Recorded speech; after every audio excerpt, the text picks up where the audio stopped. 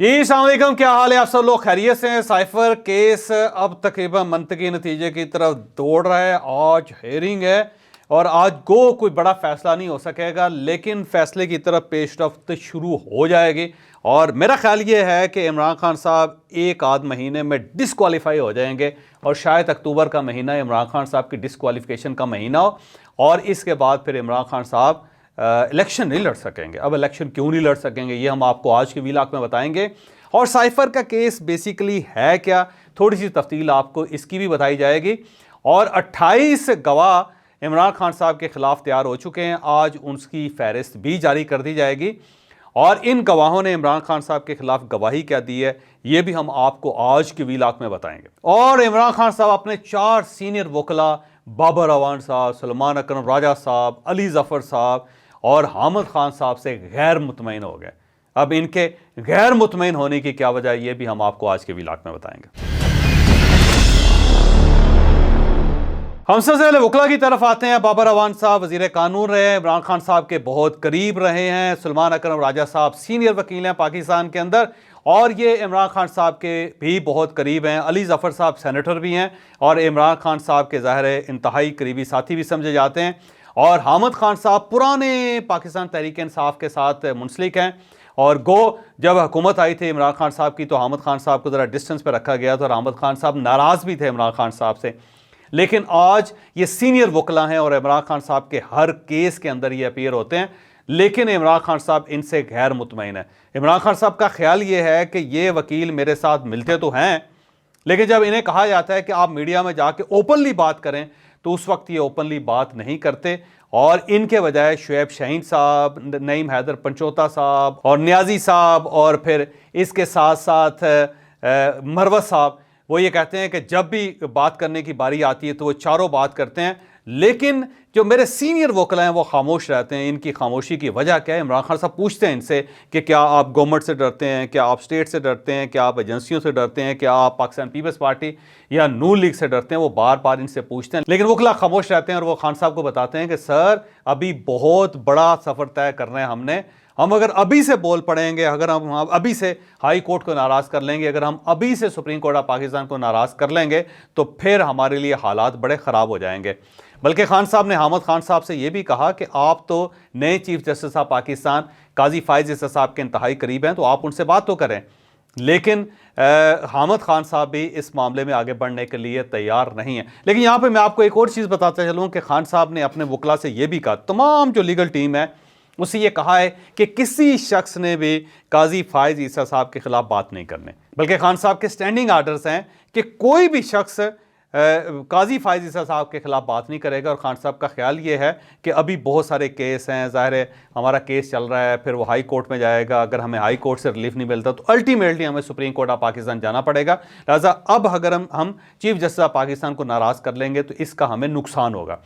फिर उनका यह भी कहना है कि अभी बहुत सारे केसेस हैं, जैसे मिलिट्री कोर्ट्स का केस है, जैसे 90 दिनों के अंदर इलेक्शन का केस है, जिस तरह आर्मी एक्ट का केस है, जिस तरह इमरान खान साहब के अपने केसेस हैं।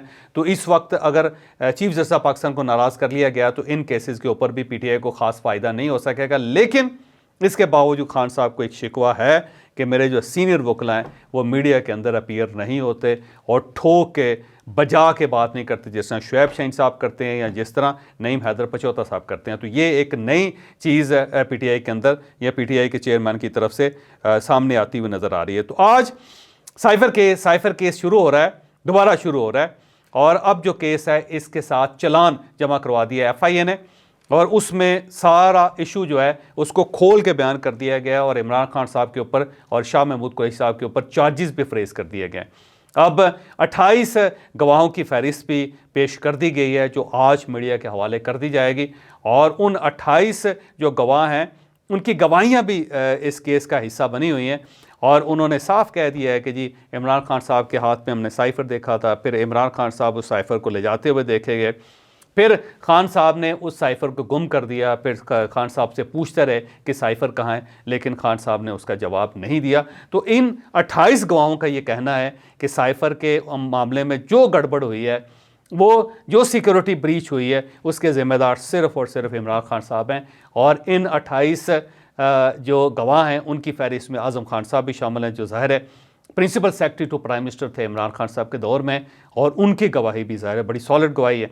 तो इन गवाहियों को देखा जाए या इन गवाहों की फहरिस्त देखी जाए, जिसे आज ओपन कर दिया जाएगा, तो फिर यूँ महसूस होता है कि इमरान खान साहब के पास ज़्यादा स्पेस अब नहीं बची। ये एक बड़ा सीरियस इशू है जिस पे इमरान खान साहब फंस चुके हैं, और मुझे यूँ महसूस होता है, मेरी गट फीलिंग है कि इसी महीने के अंदर, अक्टूबर के अंदर अंदर इमरान खान साहब के खिलाफ फैसला आ जाएगा, और इस फैसले के बाद इमरान खान साहब डेफिनेटली इलेक्शन लड़ने के काबिल नहीं रहेंगे। और ये फैसला इमरान खान साहब के खिलाफ होगा, शाह महमूद कुरैशी साहब के खिलाफ होगा, और उसके साथ साथ बाकी जो 2 लोग हैं उनके खिलाफ भी ये फैसला आ सकता है, जिसके बाद ज़ाहिर उनका इलेक्शन लड़ने का जो ख्वाब है वो पूरा नहीं हो सकेगा। अब अगला सवाल ये है कि साइफ़र केस इतना इंपॉर्टेंट क्यों है, और क्यों इमरान खान साहब को इसके अंदर फ्रेज़ किया जा रहा है या फ्रेम किया जा रहा है। उसकी वजह यह है कि साइफ़र, याद रखिएगा कि एक कोडेड लैंग्वेज होती है। जब एक सफारत खाना हो और उसने कोई मैसेज देना हो अपनी स्टेट को, तो वो एक खुफिया जो लैंग्वेज के अंदर एक ख़त लिखता है, और उस ख़त को फिर टेलेक्स किया जाता है या फिर उसे यहाँ भिजवाया जाता है फ़ॉरेन ऑफिस के अंदर। वहाँ पे एक पूरा डिपार्टमेंट है जो उस साइफ़र को डी-साइफ़र करता है, और उस लैंग्वेज को सिर्फ वही लोग समझते हैं जो वहाँ पे उस डिपार्टमेंट का हिस्सा है। किसी और शख्स की रसाई उस तक नहीं होती, और वो उसकी फिर कॉपी बनाते हैं। कॉपी बना के उसको आर्मी चीफ को पहुंचाया जाता है, उसे DGISI को पहुंचाया जाता है, उसे प्राइम मिनिस्टर को पहुंचाया जाता है। यानी 3 कापीज़ उसकी बनती हैं, और फिर उन 3 कापीज़ को एक पूरा प्रोसेस है जिसके बाद वो वापस आती हैं। तो जब ये ख़त चले जाते हैं तो फिर ये जो शख्सियात है उसको उनको पढ़ती हैं। पढ़ने के बाद फिर उसी तरह फ़ोल्डर के अंदर रख के उन्हें वापस भेजा जाता है। फिर एक ख़ास ऑफिसर की निगरानी में उन सबको कुतर दिया जाता है या उनको जला दिया जाता है उन पेपर्स को, ताकि वो पेपर्स जो उसका कोई रिकॉर्ड ना रह सके और किसी जगह उसके लीक होने के चांसेस ना हो।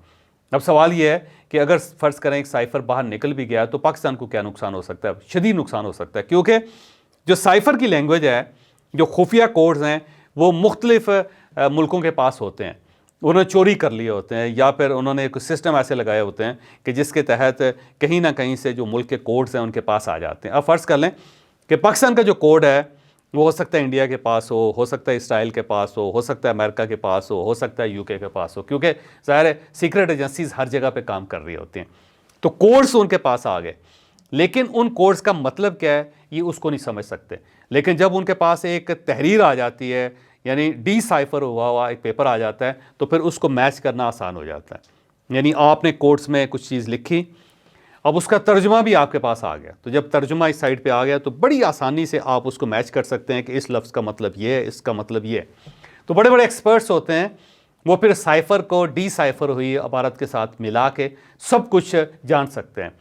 तो पाकिस्तान की हिस्ट्री में पहली मरतबा ऐसा हुआ है कि हमारा एक साइफ़र प्राइम मिनिस्टर के पास गया और फिर प्राइम मिनिस्टर से वो चोरी हो गया या प्राइम मिनिस्टर ने गुम कर दिया उसे, और इमरान खान साहब खुद तस्लीम कर चुके हैं कि मेरे पास था लेकिन अब वो गुम हो गया।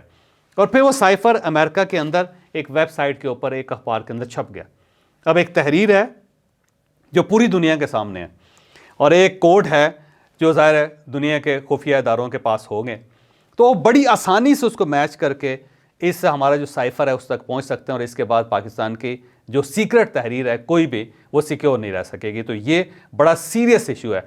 फिर इमरान खान साहब ज़ाहिर है वो उसको लहराते रहे जलसों में, फिर उन्होंने बात करनी शुरू की जिससे पाकिस्तान और अमेरिका के रिलेशंस ख़राब हुए। तो साइफ़र का मामला जो है इमरान खान साहब के गले में एक बहुत बड़ा ढोल पड़ चुका है, और अब शाह महमूद कुरैशी साहब क्योंकि उस वक्त वज़ीर ख़ारजा थे और ये सब कुछ जो प्रोसेस हुआ उनके साथ हुआ, उनके सामने हुआ, तो ज़ाहिर है वो भी फंस गए इसमें। तो अब इस केस को लाइट ना समझा जाए, और इतना केस सीरियस है कि बाकायदा इमरान खान साहब को अटक जेल से या अडयाला जेल में शिफ्ट किया गया। अब आपको याद होगा कि इमरान खान साहब यहाँ नहीं आना चाहते, तो वो कहते थे जी मैं अटक में कंफर्टेबल हूँ, अब मुझे वहाँ ना भेजा जाए। उसकी वजह ये थी कि इमरान खान साहब जानते थे कि जो जज साहब हैं वो इस्लामाबाद में बैठे हुए हैं, जो साइफ़र केस के जो खसूसी जज हैं, और उन्हें बार बार अटक जेल में आना पड़ता है हेयरिंग के लिए। अब देखें शाह महमूद कुरैशी साहब इस्लामाबाद में अडयाला जेल में, और पहले वो शाह महमूद कुरैशी साहब का केस सुनते हैं और उसके बाद जज साहब फिर अटक जाते हैं, और वहाँ पे ज़ाहिर बहुत टाइम वेस्ट हो जाता है, तो केस सुनना उनके लिए मुमकिन नहीं था। रज़ा फिर फौरी तौर पे ये फ़ैसला हुआ कि इमरान खान साहब को अडयाला जेल शिफ्ट किया जाए ताकि बड़ी आसानी के साथ इस केस को सुना जा सके। तो अब अडयाला जेल में इमरान खान साहब, शाह महमूद कुरैशी साहब भी अडयाला जेल में, और जज साहब जो है वहाँ चले जाते हैं अडयाला जेल के अंदर, तो उनके लिए अब हेयरिंग आसान है। गवाहों को यहाँ पहुँचाना, FIA की टीम को यहाँ पहुँचाना भी बहुत आसान है। तो ये जो फैसला किया गया इसका मकसद ये है कि इमरान खान साहब के फैसले को जल्दी किया जा सके। तो इमरान खान साहब का जो केस है उसको जल्दी निपटाने के लिए उन्हें यहाँ अडियाला जेल शिफ्ट किया गया और इमरान खान साहब इस सूरत को समझते थे, लिहाजा इसलिए वो चाहते थे कि वो अटक जेल में रहें, उन्हें अडियाला शिफ्ट ना किया जाए। अब एक और चीज़ जो बड़ी दिलचस्प है, जो उनके सीनियर वकला जो उनसे मिलते रहते हैं, जिसमें बाबर अवान साहब शामिल हैं, अली ज़फ़र साहब शामिल हैं, सलमान अकरम राजा साहब शामिल हैं और वो तमाम लोग और हामिद खान साहब शामिल हैं, इन सब का ख्याल ये है कि इमरान खान साहब को हमने पहली मरतबा परेशान देखा है, क्योंकि इमरान खान साहब ये समझ गए हैं कि मुझे साइफ़र केस में बाकायदा सज़ा हो जाएगी, इसलिए वो बहुत ज़ोर लगा रहे हैं कि किसी न किसी तरीके से इस केस को स्लो किया जा सके। लेकिन ये केस मुझे स्लो होता हुआ नज़र नहीं आ रहा, बल्कि हामिद खान साहब को जो इस टीम के अंदर शामिल किया गया उसका मकसद ये है कि हामिद खान साहब को टेक्निकल बात करके इस केस की जो प्रोसीडिंग है उसको स्लो कर सकें, क्योंकि इमरान खान साहब ये चाहते हैं कि केस स्लो हो, मेरे ख़िलाफ़ कोई फौरी तौर पे फ़ैसला ना हो सके और इस दौरान कोई ना कोई गैबी मदद मिल जाए। लेकिन मेरा ज़ाती ख्याल ये है कि ये केस अब स्लो नहीं हो सकेगा और इमरान खान साहब को इसके अंदर डिस्क्वालिफिकेशन को बर्दाश्त करना पड़ेगा। लिहाजा आज से जो हेयरिंग हो रही है, आप देखिएगा कि इसकी स्पीड बहुत तेज़ होगी और इस स्पीड और इस महीने के आखिर में मुझे यूँ महसूस होता है कि इमरान खान साहब को सज़ा हो जाएगी और ये डिस्क्वालीफाई हो जाएंगे अगले इलेक्शन के लिए।